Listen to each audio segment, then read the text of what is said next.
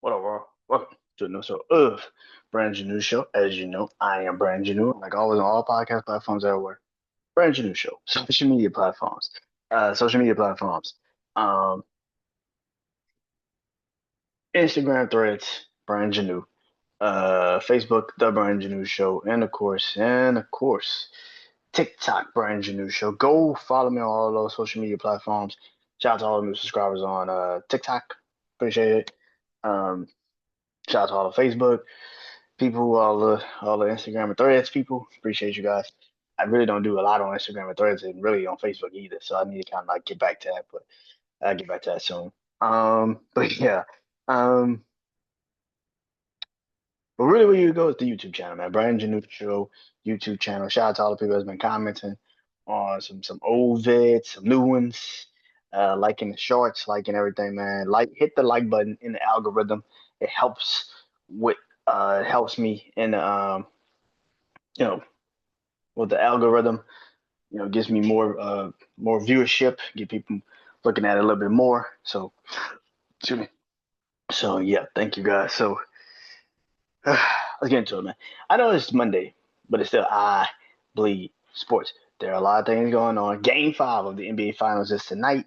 It is tied 2-2. I'll talk about that. Um, Hockey is going. Game 6 is what I think either tomorrow or Wednesday. I can't. I think.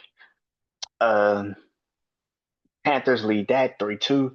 Could have a chance to win the final, win the Stanley Cup tomorrow or Wednesday in game 6. Had it going 7 with the Oilers winning, but uh, it's getting bleak out here for the Oilers, man. I got some boxing I gotta talk about. Um, and of course, like I said, basketball, hockey, and of course the NFL. A lot of things have been going on in the NFL. I'll talk about that. But I started off with baseball. Baseball is about to become the only massive sport uh, talked about for sports, at least until August. Um, One thing I saw that I thought was really intriguing was the Pittsburgh Pirates pitcher, uh, Paul Paul Skeeks, uh, the Pittsburgh Pirates pitcher, um, former LSU Tigers pitcher who won us a national championship a couple years ago. Uh, the question was raised: could he win the Cy Young this year? Uh, yes, yeah, that's very simple. That's a very simple thing. The reason why is because I don't blame him for what the Pittsburgh Pirates have done offensively.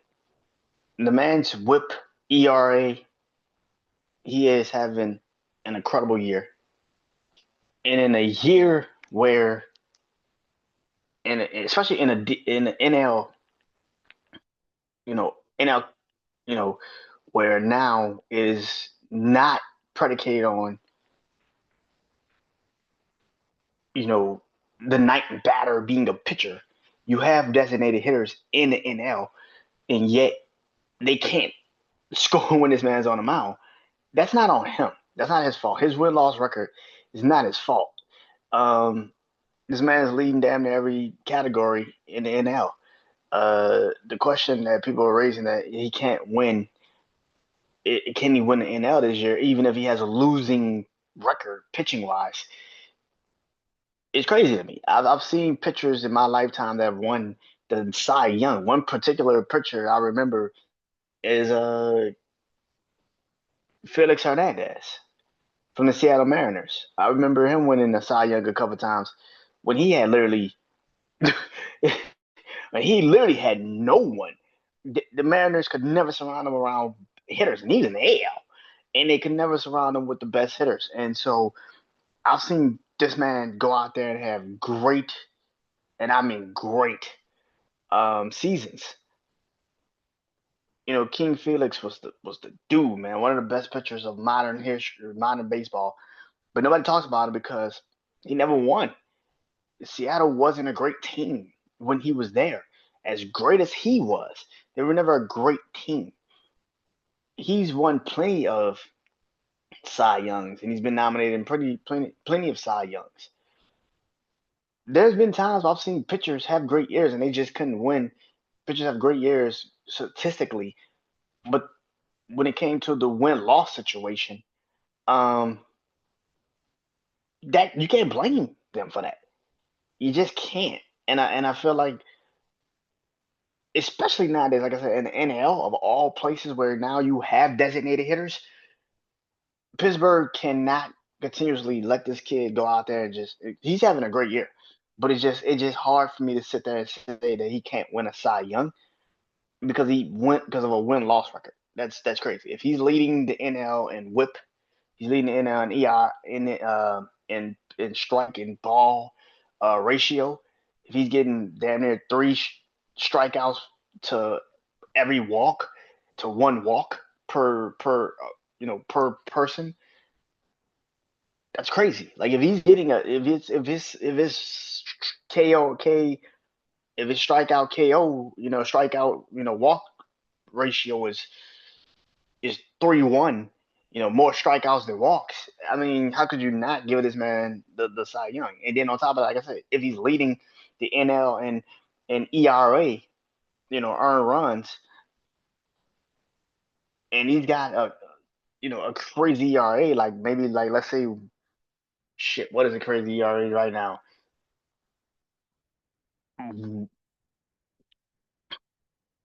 What 1.64? A 1.64 ERA? That's barely giving up runs. Like if he's barely giving up runs, how could you not give him the Cy Young? Last year it was hard to talk about him sometimes, right? Because he was going out there and having great games and shit to the point where people was like, should he start in the All Star game? He's that type of pitcher. He's that type of guy. He can pitch his ass off. The question is, can the Pittsburgh Pirates build a team around him? I've seen a lot of great pitchers go to a lot of franchises and they could never get him right. Zach Greinke at one point was a Kansas City Royal and they couldn't figure it out. And then he went, I think, to the Brewers first and had a year. It was just like, whoa. Cliff Lee at one point. Cliff Lee, I remember him being a part of the Cleveland Indians, and they could never figure it out. Shit, I remember Cleveland, man. Cleveland Indians, not the Cleveland Guardians, but at that time, bro, imagine your pitching rotation being CC Sabathia, Cliff Lee. Man, bro, like what the fuck? Yo, Cleveland Guardians had a pitching rotation back in the 2010s that put some of these motherfuckers to shame now. Like CC Sabathia, Cliff Lee, you just be like, God damn, man, what the fuck?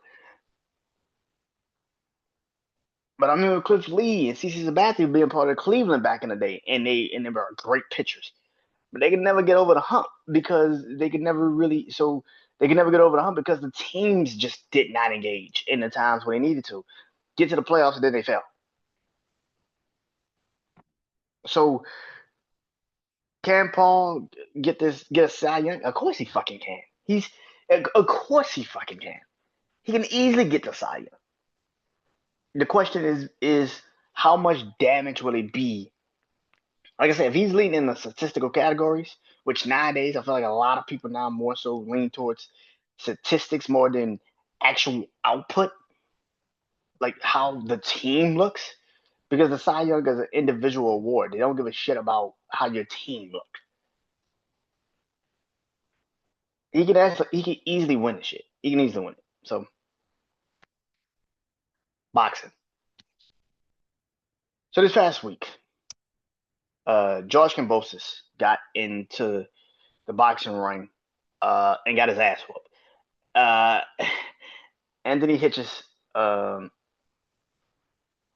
was his new opponent, and he got his ass whooped. The reason why I want to talk about this is because George Kambosos is gotta have the luckiest win in boxing history. Even luckier than Buster Douglas. Rest in peace, Buster Douglas. But even luckier than Buster Douglas. Like, he got to have the luckiest fucking win. At least with Mike Tyson. Mike Tyson just did not show up that night. Teofimo Lopez was about to die. Like Teofimo Lopez was about to die before that fight. Like, the man walked to the ring and was about to die. That's what he has said. And there's been multiple reports about what he was going through that night. George Kambosos had the luckiest fucking win in boxing history. The luckiest fucking win in boxing history. There were so many odds that had to stack against Teofimo Lopez for that motherfucker to lose that fight. The man was fighting for his life, literally, and still knocked this motherfucker down in the fight. George Kambosos has the luckiest win that ever made him an undisputed champion that I've ever seen in my life. Like, it's unfucking real. And ever since he had that fight, he has lost twice. Lost the belt once and then didn't get it back. Lost the undisputed titles to Devin Haney twice in Australia, where he's from. Devin Haney flew to Australia not once but twice and fought him and beat him. He actually beat him worse in the second fight than the first fight. That's what I feel. I feel like he beat him worse in the second fight than the first fight. The next time we see George Kambosos, he faced Lomachenko, also at home in Australia. And he lost to Lomachenko. And it wasn't even close. The next time we see George Kambosos, he's fighting Saturday. And he gets his ass whooped. This is why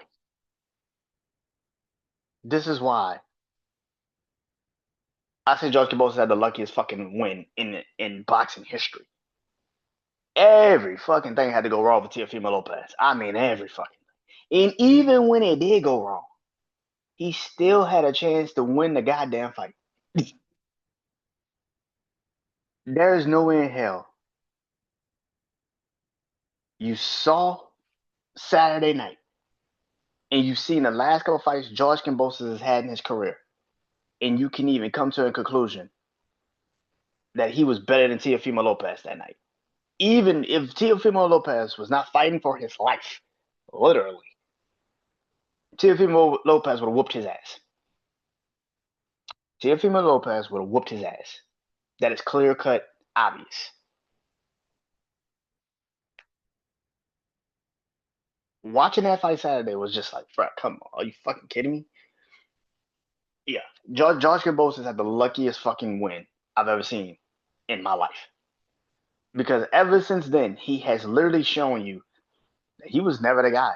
He could never be the guy. He was never going to be the guy. Devin Haney beat him not once but twice in consistent, in dominant fashion, by the way. Dominant fashion. It wasn't even like in his homeland. Beat the hell out this man. Yeah. I'm 100% convinced that Teofimo Lopez wasn't fighting for his life that night when he went into that ring in Madison Square Garden. Teofimo Lopez would have beat the shit out of George Kambosos that night. Because the octaves now are telling me everything had to literally go wrong for Teofimo Lopez tonight, and he still knocked this motherfucker down in the fight. That is crazy to me.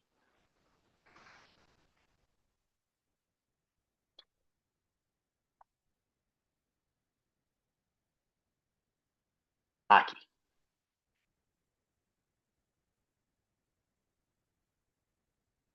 Like I said earlier in the beginning, I had the Oilers winning this series.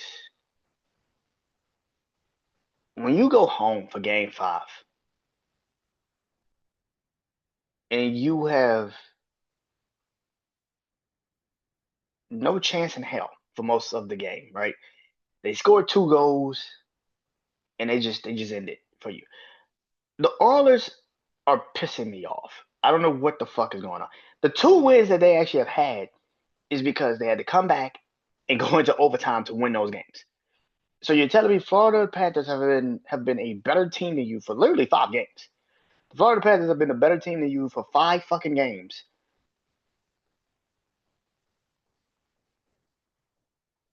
And the only reason why you won, you have not yet won a game in regulation. Game 2, you lost. No, game 1, you came back and won that game in overtime. Game 4, you came back and won that game in overtime. Florida has been better than you the entire series. Game 5, you got your ass whooped. And now you have to go on the road and actually beat them in Florida. Like I said, I had the Oilers winning in 7. I thought they could. But man, Connor McDavid, man, this is starting to kind of teeter totter on your starting kind of teeter totter on what you are situation. You started teeter totter. I still think you're more Sid the Kid than Alex Ovechkin. I think Austin Matthews is more Alex Ovechkin of this era than you are. A guy that can score a lot of fucking goals, but his team just cannot get out the second round of the playoffs. No matter what they do, they just don't have the actual team yet to build around him. Well, Sid the Kid had early success with the Pittsburgh Penguins, kind of like Connor McDavid's having right now with the Oilers. But this is bad. This is fucking bad. Yeah, I thought this series would be a little bit tighter. This has been an ass whooping, and you have been very fortunate that the Florida Panthers forgot how to play hockey for like a fucking third inning of play. You have been very fucking fortunate that the Florida Panthers forgot how to play hockey for the last fucking period. Outside of that, this should be a sweep. This series should be over. There's no way in hell this series is still 4 fucking. This is we're falling into Game 6 tomorrow night. This series should be over. I can see the Panthers absolutely beating the shit out of the Oilers tomorrow night. I wouldn't be surprised. I wouldn't be surprised at all.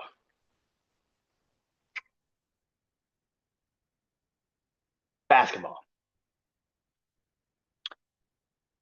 Okay, that was a trade during this weekend. Desmond Bain of the Memphis Grizzlies from have been traded from Memphis to Orlando. The trade is one thing. It's what they gave up to get him is the thing. Now, Contavious Caldwell Pope, it is what it is. Call that Cole Anthony. It is what it is. But the 4 unprotected first round picks, and then you also are swapping a pick in this year's draft. You're swapping your picks in this year's draft.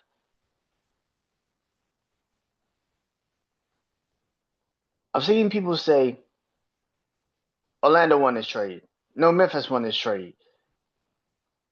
I'll be honest. No one won this trade. No one won this trade. Not a single solitary soul won this trade. One reason is because we won't see really who won this trade until they play basketball, which is in October. So we don't know who really won this trade. We're going off of what we perceive. And what I perceive is that no one won this fucking trade. The reason why I say that is because I'm hearing people say Desmond Bain is close to being an all-star. He's close to what? What Desmond Bain have y'all niggas watched? What fucking guy have y'all watched over the last couple years that made you believe he's a fucking all-star? You mean the same Desmond Bain who's been on the Memphis Grizzlies for the last couple years through the Ja Morant saga that he's been going through? The fact that Jared Jackson Jr. has also been in and out of the lineup a couple times here and there because of injuries, and he's yet to step the fuck up and do anything to improve and to make himself more noticeable in that situation. Do you niggas just be finding shit to talk about and y'all be lying to yourselves? What's excuse me? What is going on? I'm trying to figure this part out because I'm having a hard time understanding the Desmond Bain y'all talking about. Desmond Bain is not a fucking all-star. He's been in the playoffs a bunch of fucking times in the last couple of years. What has he fucking done? What has he done? He was just in the playoffs this year. Did he not get blown out with the Memphis Grizzlies against OKC too? The fuck are we watching? Like, what are y'all talking about? The fuck are you talking about? At least with Mikal Bridges, he was somewhat of a viable piece. He was actually the number one player in Brooklyn. You can argue it. You can say, well, it was more him. It was more Cam Thomas. But Mikal Bridges was a damn near 20 points a night fucking score. 20, 25 points a night fucking score in Brooklyn. So you bring him back into a situation where he played in New York, where he played in New York, where he was, no, he played in Phoenix, where he was a part of a championship team that went to a championship, just lost in Game 6 to the Milwaukee Bucks, who was a better team. And then he got traded to Brooklyn for Kevin Durant and immediately made that team his. This ain't the same, bro. I don't know what the fuck are y'all watching. Y'all trying to compare him. You trying to compare Desmond Bain to fucking Mikal Bridges? Mikal Bridges was a 25 point a fucking night score. Are you fucking kidding me? What the fuck are you talking about? Mikal Bridges was literally one of the best options that Brooklyn had. What the fuck are you talking about? Desmond Bain had plenty of opportunities. Plenty of fucking opportunities to be the guy in Memphis. John Morant was gone for a couple years. You had Dylan Brooks leave the team at some point. Jared Jackson Jr. Jared Jackson Jr. has been in and out of the lineup with injuries. What the fuck did Desmond Bain have this game changing, life altering season? When the fuck did he have this? People are just fucking saying shit now. Like, what the fuck are you talking about? Where's the Desmond Bain season where he just took off? Where, nigga? Like, I'm trying to figure this part out. Where have y'all seen this fucking season? Y'all are sitting there trying to tell me, oh man, but in the East, he's gonna be he's gonna be an all-star. Oh, now all-stars matter? The fuck have you seen the All-Star game the last couple of years? Nobody gives a fuck about the All-Star game. Who gives a fuck about the All-Stars? Who gives a single solitary? You got motherfuckers that's getting put in the All-Star game and ain't been All-Star caliber in like 20, 30 years. Like 20, 30, Lord have mercy. But haven't been All-Star caliber players in like 5 fucking years. They're just there for popularity votes. Like, what the fuck are you talking about? I'm extremely confused by this. I'm extremely confused by this. People are sitting there trying to convince me, tell me on social media, this is a good trade. No, the fuck it's not. This is a terrible fucking trade for both teams. What the fuck does this do for Memphis? It doesn't do anything for Memphis. You drafted a guy, KCP, who's been in the league for damn near what, a decade plus now. I remember him getting drafted from Georgia, damn near a decade ago. Shit, even longer than that. He might be in the league longer than that. Maybe since 2012, 2013. He's been in the league for a good bit. What does KCP do nowadays? What does he do? I don't understand the decisions of that. Like, what does KCP do? So you traded Desmond Bain, who's younger, for a guy that's a little bit more veteran savvy, a little bit more veteran savvy. But for the most part, what does he do? And then you bring in a 6-man and Cole Anthony.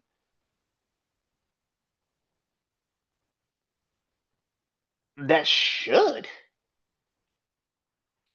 give John Morant some leeway to have his moments where he don't show up maybe here and there. But what the fuck did this trade really accomplish? And I'm looking at it from the perspective of where they're going.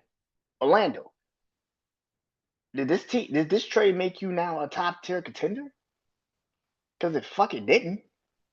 I don't think you're better than. I don't think you're better than. I don't think you're better than. You're not better than the Pacers. You're not getting better than the Pacers next year. So the Pacers still gonna have Tyrese Halliburton. They're still gonna have Pascal Siakam. Some people might have contract situations come up, but the Pacers still gonna be there next year. You're not better than the Pacers. You're not better than the Pistons. I don't think you're better than the Pistons. I think the Pistons have a little bit more, you know, more punch, a little bit more oomph on their team. So you're not better than the Pistons in my mind, in my eyes. The Knicks, whatever the fuck the Knicks do, you're not better than the Knicks. I mean, and I like Pablo Becerra. I think Pablo Becerra is an incredible player. But you're not better than the Knicks right now. I'm literally asking this question a lot more to myself because I'm trying to figure out the decision of this trade for both teams, especially Memphis. Memphis, you did not get great at all. You got 4 picks, awesome in a swap this year. I don't understand the decision here. Like this was a good decision. It just I don't understand the trade. Like I don't understand it. Like okay, I can understand if you just try to get rid of Desmond Bain because you just didn't want to probably pay him, which I think you already did. But Orlando, this doesn't make you a top tier contender team. And especially in the beginning of an off season where a lot of teams are probably going to be moving and swaying and changing a lot of shit. I can definitely see a lot of teams making a lot of moves. And you're the first team to make a move. You made a move in the middle of the NBA Finals, and that move might not even matter by the time we get to October. You realize that, right? That move might not even matter in the middle of October. What if Boston says, you know what, we're not getting Jason Tatum back this year. We need to make a move though. And they say, okay, Drew Holiday and Derek White, maybe Kristaps Porzingis, 2 first rounders for Devin Booker. Because if I'm any team, I'm going to get Devin Booker. I'm not going to get Kevin Durant. I'm sorry, I just can't do it to myself. But for Devin Booker, if you're Phoenix, do you not make that deal?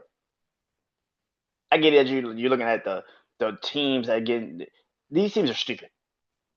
These teams are stupid. You need to make a splash. You need to get some help immediately. I would trade Devin Booker. But if Boston gets Devin Booker, now what? Now that trade that you just made in June looks very stupid now. We don't know what the draft is going to look like. There's a lot of players in the draft that could be getting moved here and there. Jalen Green could be on the move in Houston. So what if okay, they don't go to Boston doesn't make that deal with Phoenix, but they make that deal with Houston, and they get Jalen Green, and they pair him up with Jalen Brown until Jason Tatum come back. Now that trade looks a little stupid in the light now, doesn't it? Let's say Miami gets out their own fucking way, and they actually figure out a way to trade and get some help for Bam Adebayo, and they trade Tyler Hero, which they been should have fucking done. But they trade Tyler Hero. They find a way to get Tyler Hero off the team. They keep Bam Adebayo. They got Andrew Wiggins. And they actually rebuild that team. Now Miami's a threat. Like I said, the Pacers are there. The Knicks are going to figure out something. But if not, they stay together, they stay intact. What if Giannis doesn't get traded at all and he stays in Milwaukee? Now what? I think Atlanta is the most interesting team because they're very young. They're very young. And they have Trae Young. They got the kid they drafted #1 last year. They got Jalen Johnson. And they got Dyson Daniels. Something could be done in Atlanta that could shake them and make them into a playoff contending team next year. What if they say, fuck it, let's make a splash. And they go out and they go get a Kevin Durant. Because at this time, Kevin Durant's starting to have a bit of a problem because it seems like a lot of teams are not going to rush to go get him. So he's got to figure out a way to either stay in Phoenix or you got to go to just a team that's just going to take you. I don't see how this makes Orlando better. I don't see how this makes Orlando better. Yeah, you make your offense somewhat better, but Jalen Suggs is not a true point guard like that. You've been waiting for Jalen Suggs to get going for years, and he still can't get going.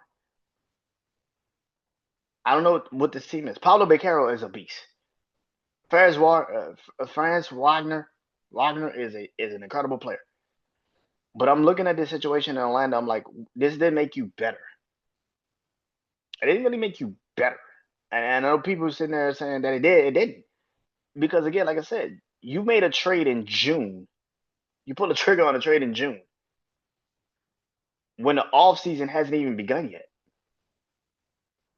You made a deal in June when you don't know how Philly is going to move because they got to move some pieces.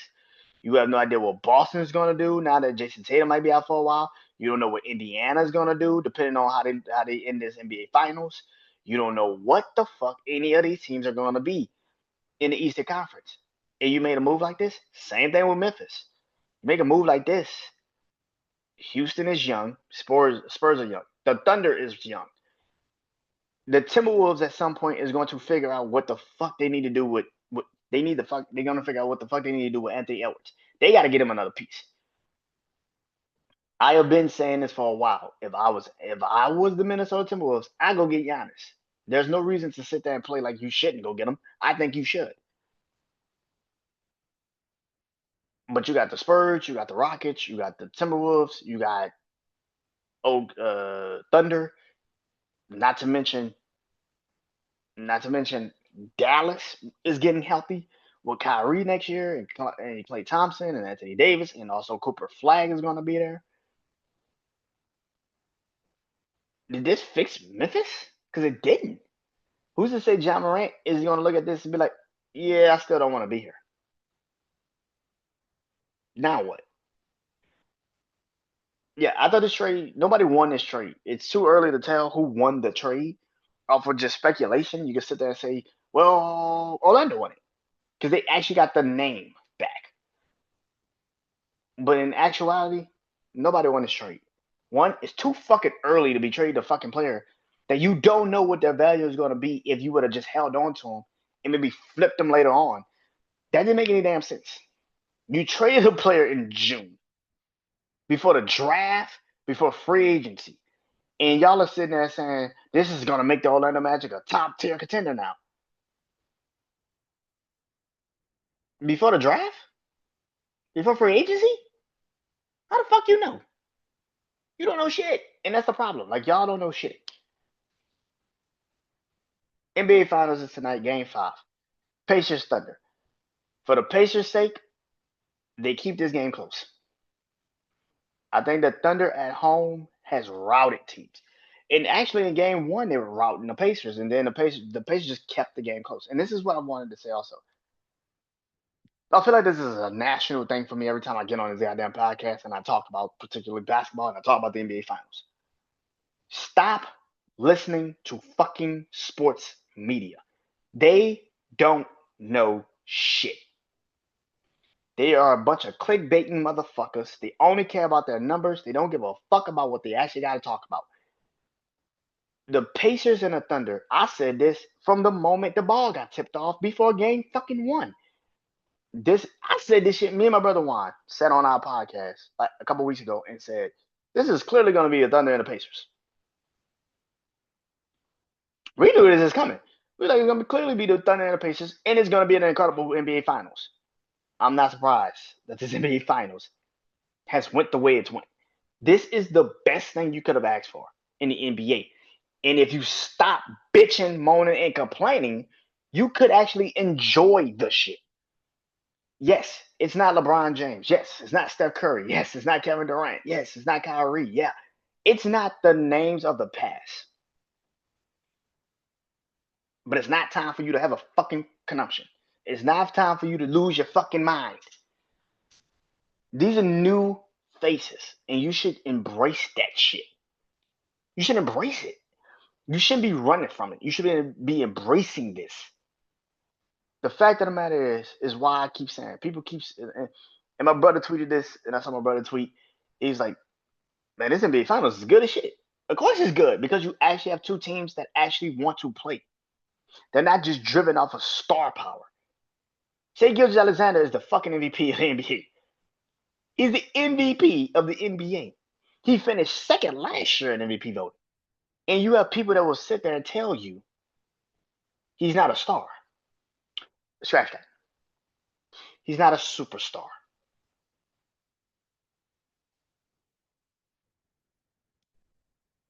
I fucking guess.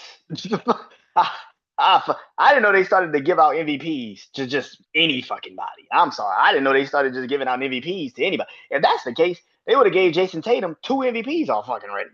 Because this nigga's a superstar. See how stupid that shit sound? Jason Tatum would have won 2 MVPs all fucking ready.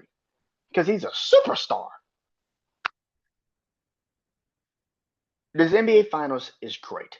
Embrace it, enjoy it. Stop bitching and stop fucking complaining. Thank God I grew up in the era I grew up in. And I don't like saying that, but thank God I grew up in the era I grew up in because it gave me a true respect and love for the game of basketball. I grew up in a time period where this was the Western Conference Finals when I was a kid. This was the Western Conference Finals when I was a kid. The Lakers and the Trailblazers. Mm-hmm. The Lakers and the Trailblazers. Um, the Lakers and what? The Lakers and what? The Sacramento Kings. This was the Western Conference Finals. This was to get to the NBA. This was the Eastern Conference Finals. The Indiana Pacers, the Indiana Pacers, and the New York Knicks.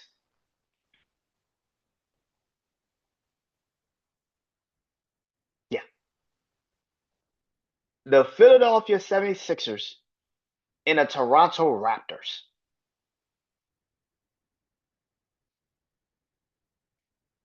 Yeah.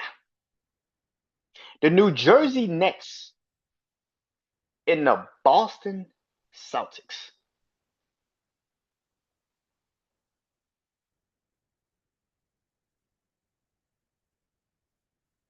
The Los Angeles Lakers and the Minnesota Timberwolves.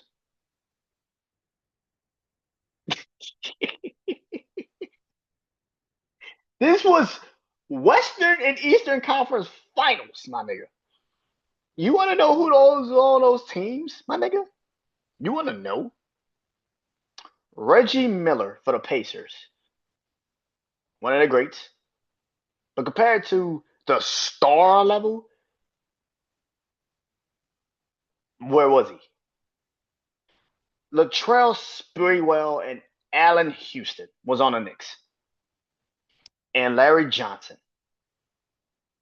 Grandmama, one of the greats. That's still one of the greatest nicknames in basketball. Fuck basketball. Sports history. Grandmama.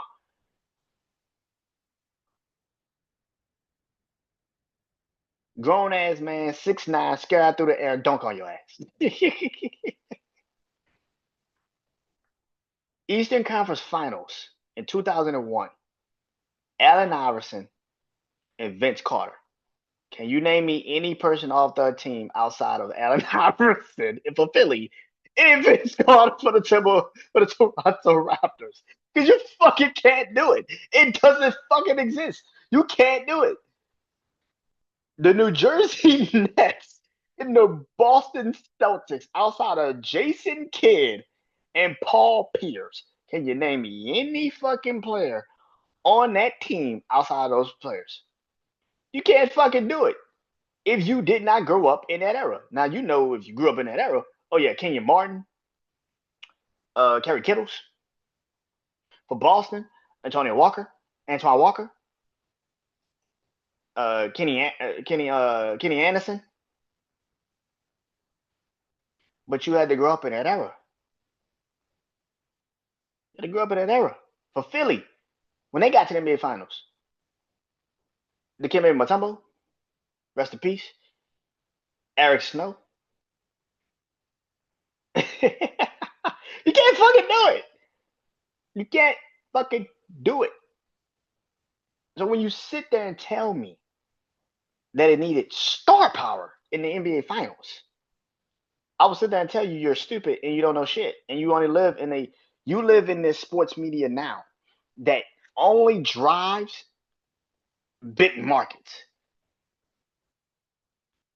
Thank God, like I said, I grew up in the era I grew up in with real sports analysts, real people that gave a fuck about their job and not just the numbers.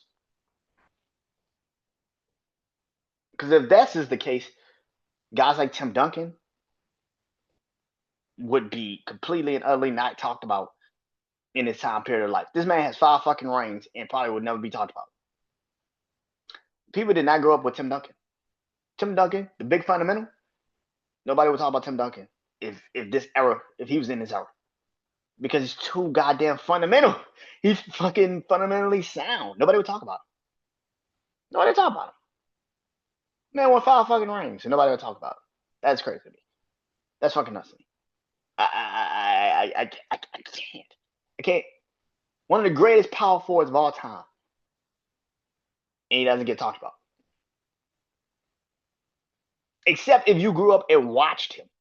If you actually grew up and watched Tim Duncan, you realize Tim Duncan won a championship his rookie year. Tim Duncan won a championship his rookie year. 1999 was his rookie year. It was a shortened season, but he won a championship. He ended the four-peat for the Lakers with the San Antonio Spurs.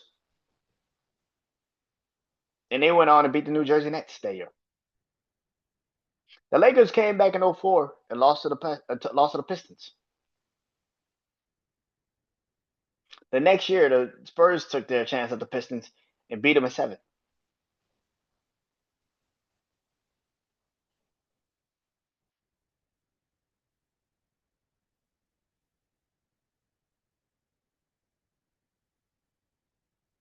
This is why I say, don't listen to these fucking people, man. This NBA Finals is great. You're actually seeing young up-and-coming stars take their rightful place. Pascal Siakam, Tyrese Halliburton, Miles Turner, who, for the most part in Indiana, was pretty much a dud.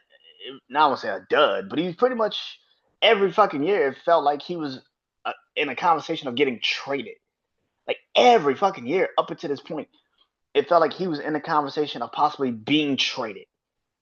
Like massively. Like every fucking year, he was in a conversation of being traded, and now he's one of the biggest pieces of the Indiana Pacers for getting to the NBA Finals.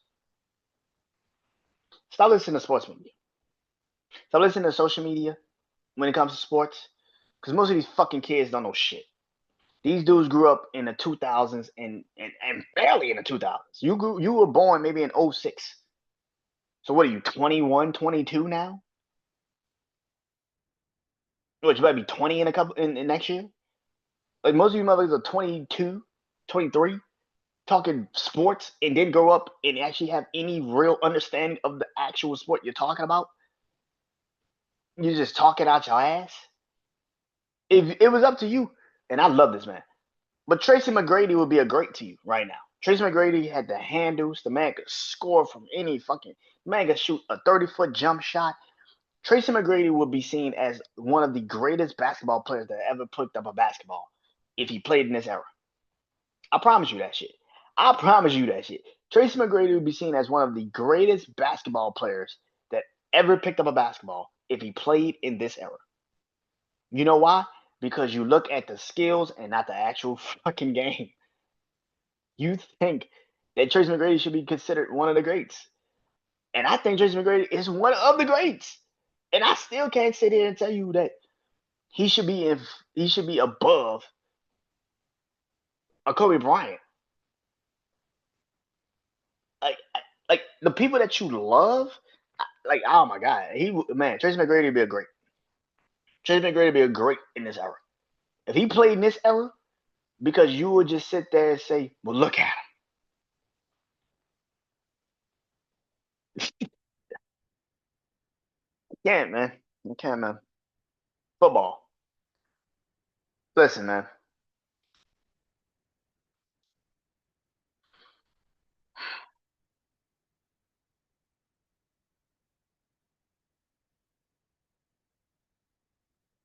Cincinnati Bengals in this contract situation with their rookie.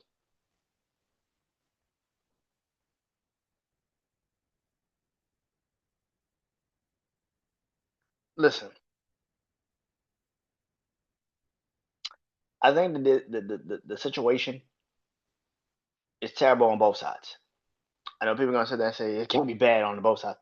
I think again, like I said, we Cincinnati has not done themselves any favors with the franchise they have been for most of their franchise existence. They're very fucking cheap. We know they're very fucking cheap. They just decide to pay. I mean, literally, they just decide to pay Jamar Chase and T Higgins during this past off season. They just decided to do it. Just decided. With that being said, the Cincinnati Bengals and their rookie Stewart, both of them in the wrong. Now we don't know what the Cincinnati Bengals have put in the contract for this kid to sit there and be like, I'm not signing this shit. He has every right to sit there and say what he doesn't want to do. He does. He has every right. But at the same goddamn time, if you're gonna sit there, get drafted, and then have a problem with how you got drafted to the team, and then you sitting there and talking about some, well, I'm not signing this shit. What do you mean you're not signing this shit? You know how many players that have been drafted in the NFL went first round? Some players that then never went first round. And you have the nerve to sit there and tell the Cincinnati Bengals what the fuck you not gonna do, and you don't want to sign a contract because it's not meeting up to your standards, bruh. And listen, I get it. Football is a one hit away sport. One hit away. Anything can happen with one hit. You could end up in a wheelchair. You could end up dead. I get that.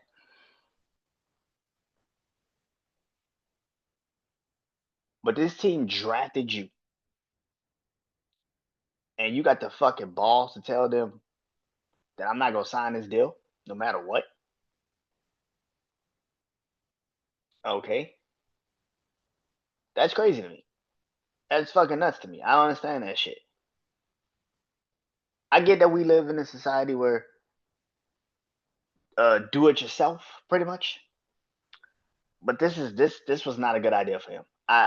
Because at the end of the day, teams are gonna watch you do this shit, and this is a reprimandum on who you are as a player moving forward. No matter how you get signed or go back, if you go back to college, if you go back into the draft next year, whatever the case may be, this is a stain on you.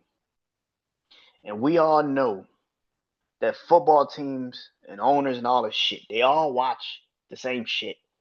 So if you're sitting there ripping the Cincinnati Bengals left and fucking right, and you ain't even fucking got on the field yet, fuck played a down. You ain't even touched grass in your cleats for fucking OTAs, nigga. Mini camp. And you sitting there telling them what the fuck you not gonna do. Go back in that draft next year and see what the fuck happened. See what happens. Let's see what happens. And I know people gonna sit there and say, "Oh, you coon, you no nigga, no nigga." There's a point in time where at some point, bro, you gotta be a fucking professional. I'm not saying just sign anything. No. But whatever the language is that you don't like in the contract, bro, it's called play the fucking position and show them what the fuck you meant the first time. You don't have the leverage, my brother. This ain't college. See, that's another thing. A lot of you motherfuckers getting paid in college, and y'all now think, well, I can just go back to college. I don't really have to get into the NFL. I can run shit in college. That's the fucking problem. You niggas are getting paid so much in college that now you think you can just come to the NFL and just say whatever the fuck you want to say and do whatever the fuck you want to do, and there should be no consequences. And that's not the facts. I've been hearing people say this all the time. Oh, he's just gonna go back into the draft, and he's gonna just, bro. Teams are not taking this kid. Teams ain't touching this kid. You don't understand that shit. Teams are not gonna touch this kid. He is digging himself a hole, and he doesn't even realize it. Teams are not gonna touch this fucking kid. I didn't think you should have went that fucking high to begin with. But the fact of the matter is, you got drafted way higher than probably you were even projected to go. And yet now you're sitting there with a straight goddamn face telling these people that you're not gonna sign a deal because you don't like certain language in the contract. That's crazy to me. That's fucking nuts to me.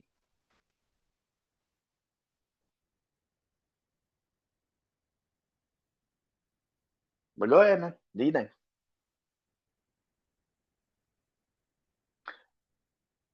Predictions.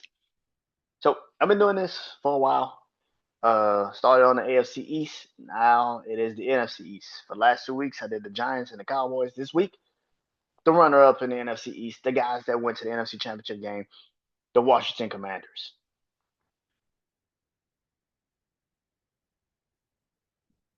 Last year, I had Washington going to the playoffs. Uh, I had Washington going to the playoffs. I'm not really too shocked that they went to the playoffs. I think people are delusional. They were shocked. I was like, oh my God, I can't believe Washington made it to the. Why? Why are you surprised by this? Washington making it to the playoffs made sense. Made tons of fucking sense. I thought Washington would make it to the playoffs, and I'm not surprised by it. Not even in the slightest. This off season for Washington, it's been pretty good. I mean, you brought in somebody for the offensive line and Laremy Tunsil. You also brought in Deebo Samuel to be the second receiver. I will say this: you need to pay uh Terry Scary Terry. You have to play him. You have to pay him.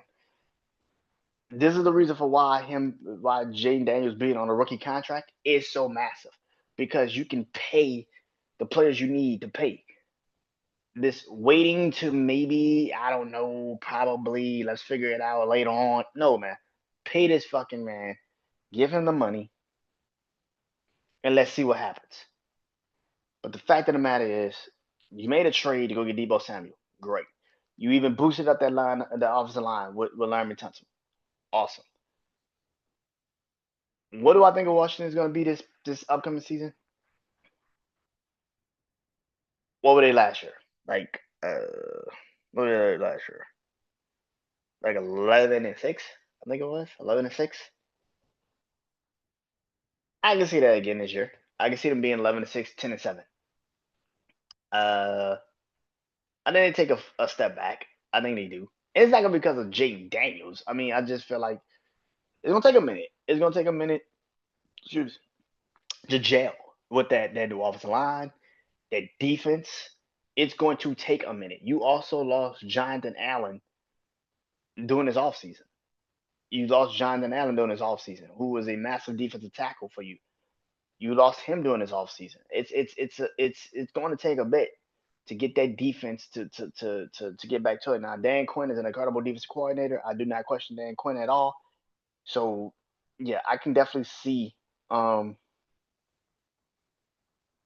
the Washington Commanders in the next couple of years, this year, making the playoffs. I'm looking at the NFC and I'm saying to myself, for my money, there's two teams coming out the NFC North. There's one team coming out the NFC West. I don't think it's gonna be two. And I can sit there and say there's probably two teams coming out the NFC South. There's probably gonna be two teams coming out the NFC South, and there's gonna be two teams coming out the NFC East. And I think the Commanders is gonna be one of them. So yeah, but that's it. That's all. So I believe sports. Next week I'll be back. NBA Finals could be over, NHL could be over, and then we will cruise into the summer.